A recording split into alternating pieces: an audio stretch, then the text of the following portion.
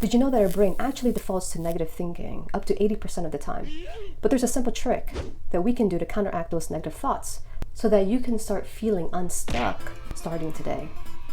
You see, our brain has a sneaky habit of defaulting to negative thoughts. That's just how our mind is. But if we don't take control of it, then it's going to lead us into this toxic cycle of negativity and hurt us even more. So you have a choice when it comes to your thoughts. You can either allow it to lead you into tragedy. You can start creating strategies so that you can take over your mind.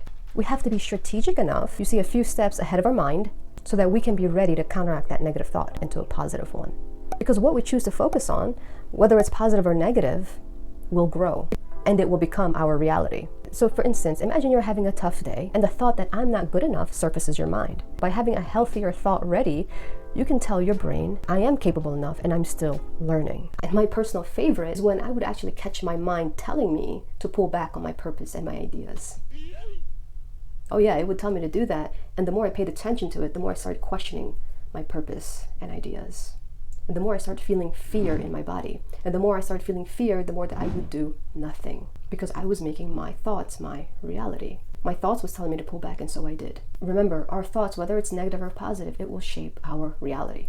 So by having a toolbox ready with healthier thoughts, we can start feeling better about ourselves. But then I realized that part of strategy and strategizing is investigating.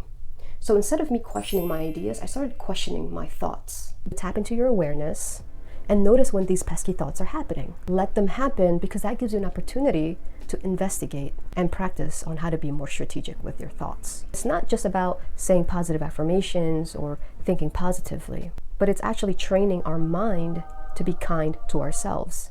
And you see, we have to recognize we're in the driver's seat. The negativity can ride with us, but it has to stay in the back seat. I mean, can you imagine sadness taking over the wheel? I mean, we'll never get far. So it's important to tap into our awareness and gain a sense of control back.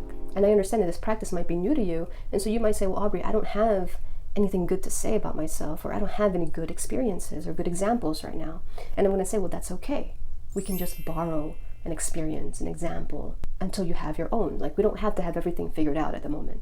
We all have to start somewhere. And I'd rather you borrow a healthier thought than to keep the one that you have right now that's not doing anything for you. So here are some examples that you can borrow, that you can start with, okay? The words that I'm not good enough to pursue my dreams or goals. Try flipping that into, I do have unique strengths and abilities to pursue my goals and my dreams. It sounds very simple, but it will help you to at least start thinking about things that you enjoy, things that you're good at, so we can start there. And if fear is something that is holding you back from moving forward, you can borrow this point of view. Failure is a stepping stone to success, and failing means that I am trying. Failing means that I am learning. And an example that you can borrow of someone who has failed so many times, Mr. Colonel Sanders, his chicken business didn't become a franchise until the age of his retirement. Why? Because he was turned down, rejected more than 1,000 times until someone finally accepted to sell his chicken.